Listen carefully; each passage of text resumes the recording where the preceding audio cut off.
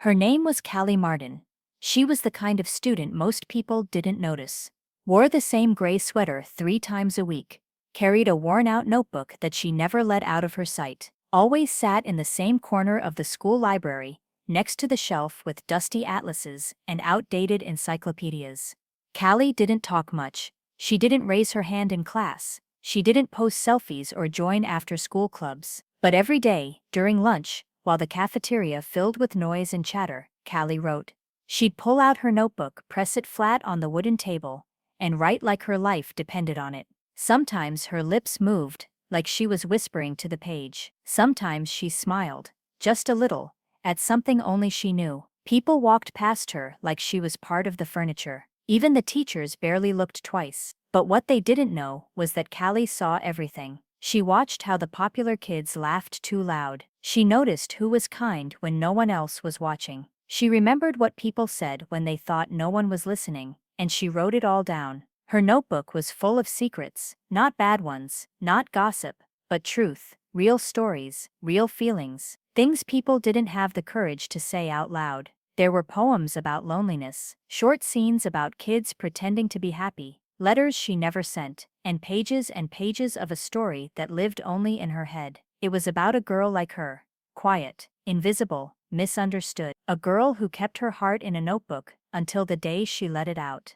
No one asked Callie what she was writing. They just whispered, "Weird girl, probably writing about cats. Is she even allowed in here all day?" She heard them, but she kept writing anyway. Because somewhere deep down, she believed her words would matter. Maybe not today, maybe not this year, but someday. It was just another Wednesday. The bell rang. The halls emptied for lunch. Callie slipped into the library like she always did, unnoticed, unbothered, unseen. But that day, Mrs. Fielding, the school librarian, walked by her table with a cup of tea, and paused. She glanced at the notebook in front of Callie. "You write a lot in that thing," she said softly. Callie blinked. "Yes, ma'am. Stories." Callie nodded. "Ever think about entering the state writing contest?" Mrs. Fielding asked. Callie's heart jumped. "I don't know, it's anonymous," Mrs. Fielding added. "No names until judging is done. Just words, pure and simple." That night, Callie went home and typed until her fingers ached. She changed nothing about the story,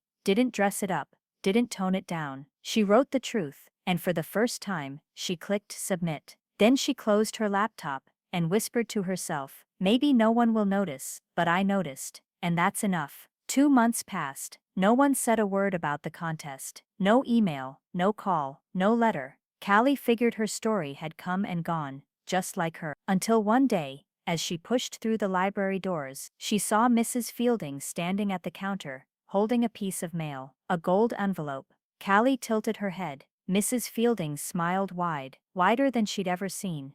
"Callie, it's from the State Writing Committee." Callie's stomach flipped. She took the envelope slowly, hands trembling. Inside was a certificate and a letter. She had won first place, but that wasn't all. Attached was an invitation to a youth author showcase in the city. Her story would be printed in an anthology. It would be read by real editors, and if enough people liked it, maybe even published. Callie stared at the paper, then up at Mrs. Fielding. "Is this real?" The librarian placed a gentle hand on her shoulder. "Told you. Your words were just waiting for the world to hear them." The Youth Author Showcase took place in a grand hall with tall windows and rows of folding chairs. Callie stood near the back, heart pounding, her shoes too tight, and her hands holding a printed copy of her story. She didn't speak to many people, just smiled when someone nodded, waited for her name to be called like it might not happen, but it did. "Next we welcome Callie Martin, winner of the state's youth fiction category." She walked up slowly, face red, knees a little shaky. The mic felt too tall, but then she opened her folder and began to read. Her story was about a girl who sat in a school library, writing down everything no one ever said aloud. The girl watched people lie to themselves. She saw kindness buried under fear. She watched her classmates laugh, but never smile with their eyes. And in the end, that girl in the story didn't get revenge or fame. She just wrote a book that told the truth. And when people read it, they saw themselves in it. Some felt seen, some felt sorry, but no one ignored her again. When Callie finished reading, the room was silent, not empty, just quiet in the best way. like everyone was holding their breath. Then, a single clap. Then two. Then the whole room stood up. Someone whispered, "That story was about me." Someone else said, "It's about all of us." The next week, Callie got an email from a small publisher. They'd read her story in the youth anthology. They wanted to turn it into a full novel. Callie stared at the screen, blinking hard. "We love your voice," the editor wrote. "The quiet, strong way you tell the truth." They offered to help her expand the story, to let her go deeper, braver, louder. And Callie said yes. A year later, her book hit the shelves. Its title? The Girl in the Corner. And inside the first few pages, she wrote, "This is for the ones who sat alone, for the ones who watched and waited, for the quiet ones, who always had something to say." Her book sold thousands of copies in the first month. Reviewers called it raw, honest, unforgettable. And the people who once walked past her locker, without a glance, now stood in line to have her sign their books. A few months after her book hit stores, Callie was invited back to her school. The same school where she used to sit in silence. The same halls where people once passed her without a glance. Now students crowded into the auditorium to hear her speak. Some were curious, some were nervous, some, the ones who used to whisper, just stared at the floor. Callie stepped onto the stage in a soft blue dress. She still wore her braid, still held a notebook in her hand, but this time, her voice didn't shake. "I used to sit in your library," she began,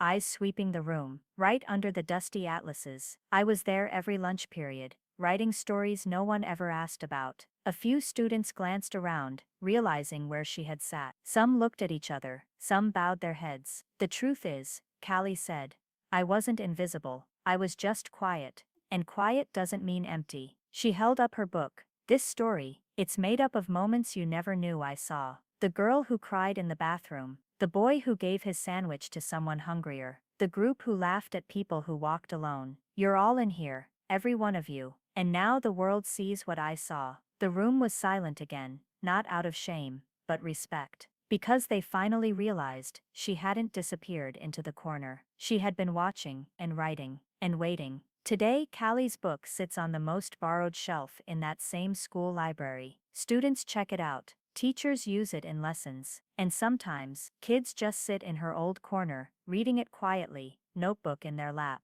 Mrs. Fielding framed a copy of the first note Callie ever left behind. "You don't need to shout to be heard, you just need to write the truth, and wait for someone ready to read it." Callie still writes, still carries a notebook, still notices things most people miss. And when people ask her where she learned how to tell stories, she always says, "In the corner of the library, where nobody looked, but the words still came." They never saw her, but she saw everything. And when the words finally came out, the world turned the page, and found themselves in her story.